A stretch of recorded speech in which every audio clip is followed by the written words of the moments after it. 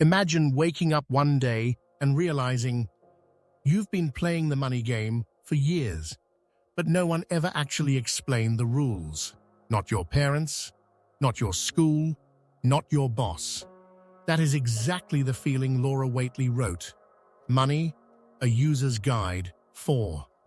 In this video, I'll be your moderator through her ideas. Not just what to do with your money, but why we feel so much shame, confusion, and anxiety about it. And how to finally take control. Welcome to Book in Minutes, where we turn life-changing books into clear, practical lessons you can actually use. Today's book, Money, a User's Guide, looks like a beginner-friendly finance manual on the surface. But underneath, it's a deep dive into how your emotions, your identity, and your relationships are entangled with every financial decision you make. Today, we're going to moderate 3 key zones of your money life. 1. Your money foundations, the invisible systems quietly protecting or draining you. 2. Your money emotions, how shame and silence keep you stuck. 3. Your money values, moving from "I'm bad with money" to "money is my tool." Stick with me until the end, because I'll give you one simple mental model to use today and show you exactly where to go next in our Money and Psychology series. Point 1. Money foundations and the trap of avoidance. Think of your money life like a house. Most people obsess over the furniture, the nice car, the holidays, the gadgets, but ignore the foundation: debt, credit history, and bills. Laura's message is simple. If the foundations are cracked, nothing feels safe. Let's look at the psychological trap of debt. We avoid looking at our debts because they trigger present bias. They make our present selves feel like failures. So we ignore them. But ignoring high-interest debt is like ignoring a fire alarm and hoping it stops on its own. Laura suggests flipping that script. Sit down and list every debt you have. Emotionally, this feels awful for about 10 minutes. Practically, it gives you power for years. Attack the highest interest debt first, while paying the minimum on everything else. You're not just paying numbers, you're buying back mental space. Then there's housing. Housing is incredibly emotionally loaded. We attach our status and identity to where we live. Laura makes it clear, renting doesn't mean you're a failure, and buying a home doesn't automatically mean you're good with money. Instead of asking, "How much will the bank lend me?" ask your future self, "What can I pay and still sleep peacefully at night?" Point 2. Money emotions and ending the silence. Laura dedicates a massive part of this book to something most finance guides skip: how money feels. Let's start with shame. Many of us carry a private story. Everyone else seems to know what they're doing.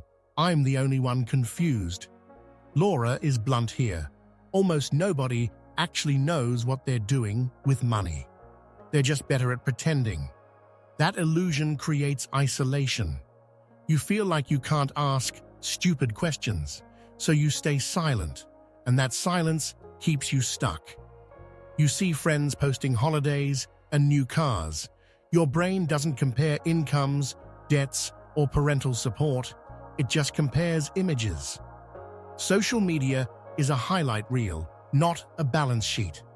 A healthier psychological question is, do I want their actual life or just the photo? Laura also highlights how childhood money beliefs shape our adult relationships.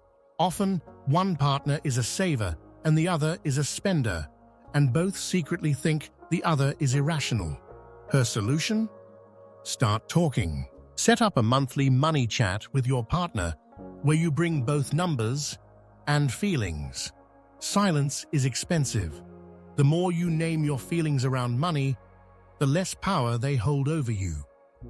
Point 3. Money values and the identity trap. After foundations and feelings, we zoom out to your values. What is money actually for, to you? Most people fall into the identity trap. If you've ever thought, "I'm just not a money person," notice what your brain is doing. It's turning a lack of a skill into a permanent personality trait. Laura argues you don't need to become a finance nerd to handle money well. You just need a boring, automated system. Outsource your discipline. Automate your savings the day you get paid. Set up a basic investment, and then don't obsessively check it. Ultimately, redefining rich isn't about a specific number in your bank account. Psychologically, being rich is about feeling that your basic needs are secure, you're not constantly in crisis mode, and your spending aligns with your actual values, not what a targeted ad tells you to value. Stop seeing money as a judgment of your worth, and start seeing it as a tool you are simply learning how to use. Let's pull this all together. From Money, a User's Guide, we've moderated 3 big shifts. 1. Foundations.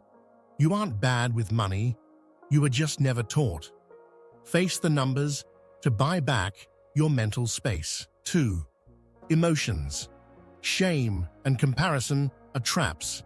Talk openly about money to turn it from a secret burden into a shared puzzle. 3.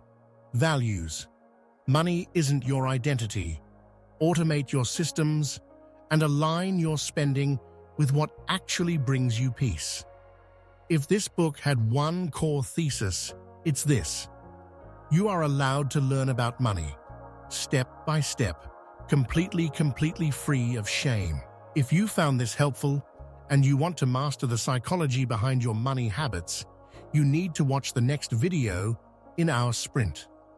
A summary of I Will Teach You to Be Rich by Ramit Sethi, but we're doing it with a twist, focusing heavily on the mental blocks that stop people from actually following his famous advice. Click the video on the screen right now to see how to move from feeling overwhelmed to knowing your exact next move. I'll see you over there. Vision's pro tip for your workflow. Since you batch record and repurpose into shorts, this script has 3 perfect hook moments you can easily clip out for YouTube Shorts. 1. The fire alarm/high interest debt metaphor. 2. The highlight reel versus balance sheet social media comparison. 3. The money is a skill, not a personality trait, identity concept. How does this moderator angle feel to you? Are there any specific visual elements or B-roll ideas you usually use to emphasize these psychological points during your edits?